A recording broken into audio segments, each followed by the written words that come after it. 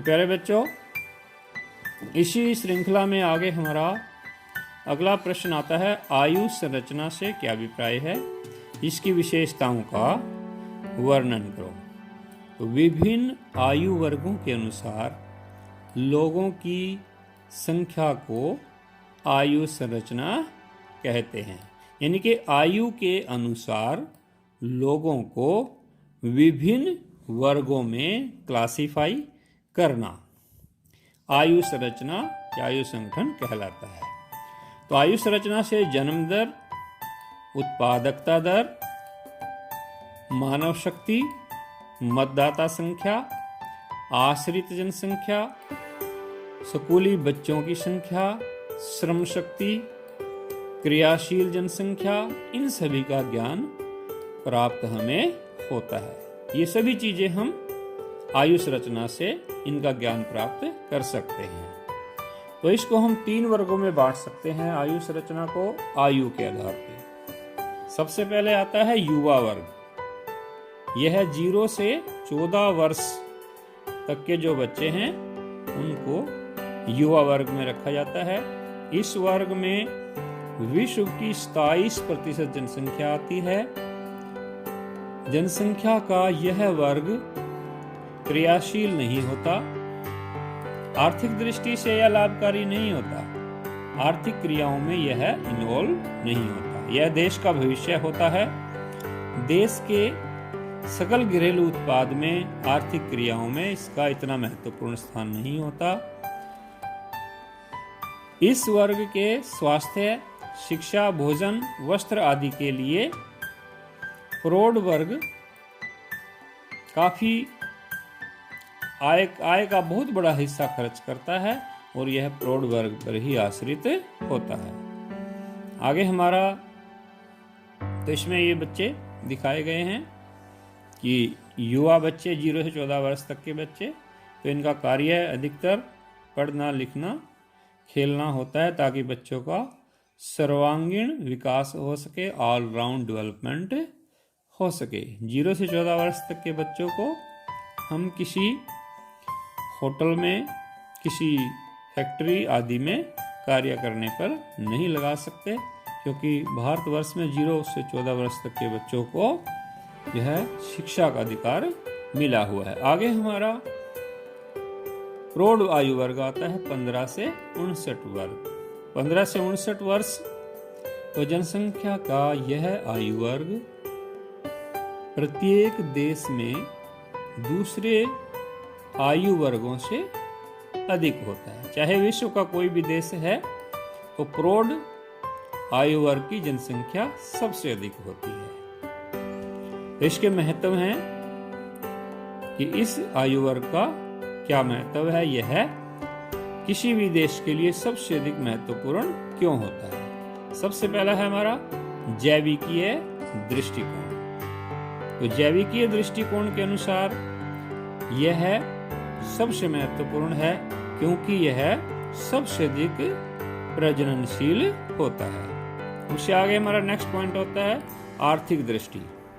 तो आर्थिक दृष्टि से भी यह सबसे महत्वपूर्ण है क्योंकि यह सबसे बड़ा उत्पादक वर्ग होता है। सबसे अधिक आर्थिक क्रियाएं, देश का सकल घरेलू उत्पाद, देश की आर्थिक क्रियाओं का बोझ इसी पर होता है। आगे हमारा नेक्स्ट पॉइंट आता है जननांकीय दृष्टि। तो जननांकीय दृष्टि से भी यह सबसे महत्वपूर्ण आयु वर्ग है क्योंकि यह सबसे अधिक गतिशील आयु वर्ग होता है। यह एक स्थान से दूसरे स्थान पर प्रवास करना है, रोजगार के लिए जाना है, अपनी आजीविका कमानी है, गांव से शहर में जाना है, उन सभी क्रियाओं में यह आयु वर्ग सबसे अधिक गतिशील रहता है। आगे तो आयु संरचना के अन्य दोनों वर्ग इस वर्ग पर ही आश्रित होते हैं। तो इसमें ये प्रौढ़ आयु वर्ग की कुछ तस्वीरें जो हैं आपको दिखाई गई हैं कि प्रौढ़ आयु वर्ग क्या होता है। इसमें चाहे महिला है चाहे वो पुरुष हैं, तो ये आगे आर्थिक क्रियाएं करते हुए आगे बढ़ते हैं। आगे हमारा वृद्ध आयु वर्ग आता है। तो यह 60 वर्ष तथा इससे अधिक आयु के व्यक्ति इसमें सम्मिलित होते हैं। तो यह आयु वर्ग आर्थिक दृष्टि से लाभकारी नहीं होता। यह भी प्रौढ़ आयु वर्ग पर ही निर्भर करता है, क्योंकि वृद्ध वर्ग की देखभाल, उसकी स्वास्थ्य संबंधी समस्याओं का ध्यान यह प्रौढ़ आयु वर्ग ही रखता है। इन पर प्रौढ़ आयु वर्ग बहुत बड़ा खर्च करता है। विकसित देशों में तो स्त्रियों की संख्या इस वर्ग में पुरुषों से भी अधिक होती है, क्योंकि जैविक दृष्टि से ये माना जाता है कि स्त्रियां पुरुषों से अधिक सबल होती हैं। यानी कि भगवान ने, प्रकृति ने महिलाओं को पुरुषों से अधिक सबल बनाकर भेजा है, इसलिए वो ज़्यादा उम्र तक उनकी जीवन प्रत्याशा ज़्यादा होती है और पुरुष की जीवन प्रत्याशा कम होती है। यहाँ पर ये वृद्ध व्यक्तियों का चित्र दिखाया गया है कि वो किस प्रकार से क्रिया करने में सक्षम नहीं रहते और आर्थिक दृष्टि से अलाभकारी हो जाते हैं। उनको हेल्प की जरूरत होती है, उनको देखभाल की जरूरत होती है। इन चित्रों से भी यह बिल्कुल स्पष्ट नजर आता है। आगे हमारा अगला क्वेश्चन आता है, विश्व जनसंख्या के लिंग संगठन की विशेषताओं का वर्णन करो। तो लिंग संगठन की विशेषताएं, कुल जनसंख्या में से प्रति 1000 पुरुषों के पीछे स्त्रियों की संख्या को लिंग अनुपात कहते हैं। 2020 के अनुसार यह भारत में 943 महिला प्रति 1000 पुरुष के हिसाब से है। तो विश्व में पाए जाने वाले जो लिंग अनुपात है उनकी विशेषताएं निम्नलिखित हैं। फर्स्ट पॉइंट है जनसंख्या संचलन या प्रवास। प्रवास को हम जनसंख्या संचलन भी कहते हैं, क्योंकि इसमें जनसंख्या एक स्थान से दूसरे स्थान की ओर आगे बढ़ती है। तो जनसंख्या वृद्धि में जनसंख्या की संरचना चेंज करने में प्रवास महत्वपूर्ण भूमिका निभाता है। यह बहुत महत्वपूर्ण घटक है। प्राचीन काल से ही यदि हम इतिहास उठाकर देखते हैं तो पुरुष प्रधान समाज होने के कारण पुरुष जो है ज़्यादा प्रवास करता था। एशियाई अफ्रीकी देशों में क्या है कि ये लोग अपने रोजगार के लिए, अपनी आजीविका कमाने के लिए ग्रामीण क्षेत्र को छोड़कर शहरी क्षेत्रों में जाकर रहने लग जाते हैं। तो इस प्रकार से नगरीय क्षेत्रों की सामाजिक संरचना को चेंज कर देते हैं। वहाँ पुरुष ज़्यादा हो जाते हैं, स्त्रियाँ कम हो जाती हैं। जबकि जो विकसित देश हैं, विकसित देशों में महिलाएं भी ग्रामीण क्षेत्रों से नगरीय क्षेत्रों की ओर प्रवास करती हैं, क्योंकि विकसित देशों में महिलाओं को भी समान रोजगार के अवसर मिले हुए होते हैं और उनके लिए रोजगार के अवसर भी बहुत अधिक उपलब्ध होते हैं। तो आगे हमारा आता है स्त्री पुरुष के जन्म में अंतर। यह विश्वव्यापी सर्वमान्य तथ्य है कि बालिकाओं का जन्म बालकों से कम होता है। जन्म के समय नर बच्चे 104 से 107 के बीच होते हैं, जबकि जन्म के समय लड़कियां केवल 100 के आसपास ही होती हैं। आगे हमारा नेक्स्ट पॉइंट आता है स्त्रियों की अपेक्षा पुरुषों की अधिक मृत्यु दर।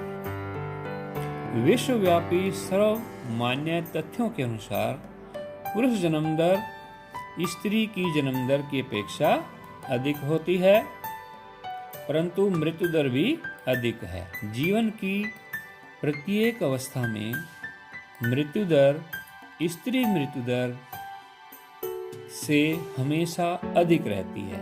तो इसलिए लगातार धीरे धीरे पुरुषों की संख्या घटती रहती है, क्योंकि वैसे भी प्रकृति ने, भगवान ने स्त्रियों को जैविक रूप से पुरुषों की अपेक्षा अधिक सबल बनाकर भेजा है, अधिक शक्तिवान बनाकर भेजा है, तो इसलिए उनकी जीवन प्रत्याशा अधिक रहती है, वो उनकी मृत्यु की दर कम होती है। विकसित देशों में यदि हम बात करते हैं तो ऐसे पुरुषों की संख्या घटते घटते 30 वर्ष के बाद तो स्त्रियों की संख्या ज़्यादा हो जाती है और पुरुष कम रह जाते हैं।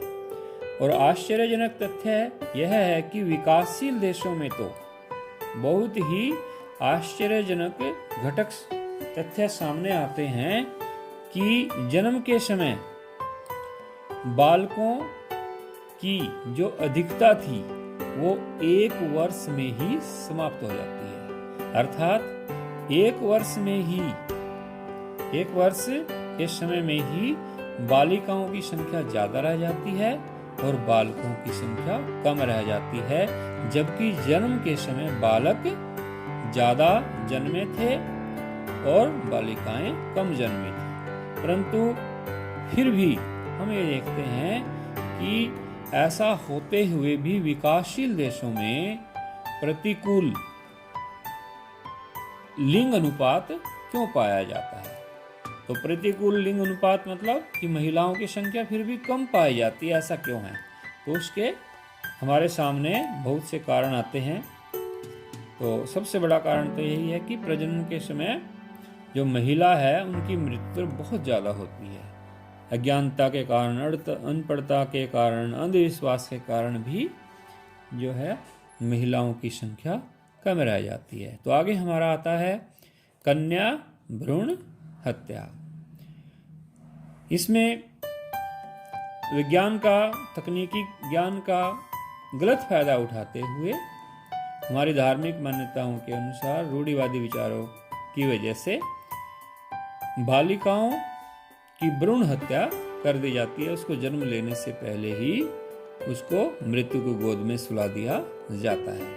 आगे हमारा नेक्स्ट पॉइंट आता है समाज में महिलाओं की उपेक्षा। महिलाओं को उपेक्षित किया जाता है। जो रूढ़िवादी परंपराएं हैं, प्रथाएं हैं, वो भी जो है महिलाओं की संख्या को कम होने के लिए प्रेरित करती हैं।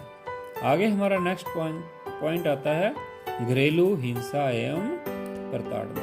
महिलाओं को घरेलू हिंसा और प्रताड़ना का भी शिकार होना पड़ता है। उसके कई कारण हो सकते हैं, जैसे कि हमारी प्रथाएं हैं, दहेज प्रथा आदि। और हमारा नेक्स्ट पॉइंट आता है इस चित्र में जैसे कि महिला घरेलू हिंसा और प्रताड़ना का शिकार होते हुए दिखाई गई है कि वो किस प्रकार से भयभीत है और मृत्यु दर को बढ़ावा देती है। तो हमारा नेक्स्ट पॉइंट है विकास के असमान अवसर। विकास करने के लिए महिलाओं को अवसर ही प्रदान नहीं किए जाते। आगे है पौष्टिक आहार। लड़की को, बालिकाओं को पौष्टिक आहार की कमी रहती है, उन्हें पौष्टिक आहार नहीं प्रदान किया जाता, विशेषकर अल्प विकसित एवं विकासशील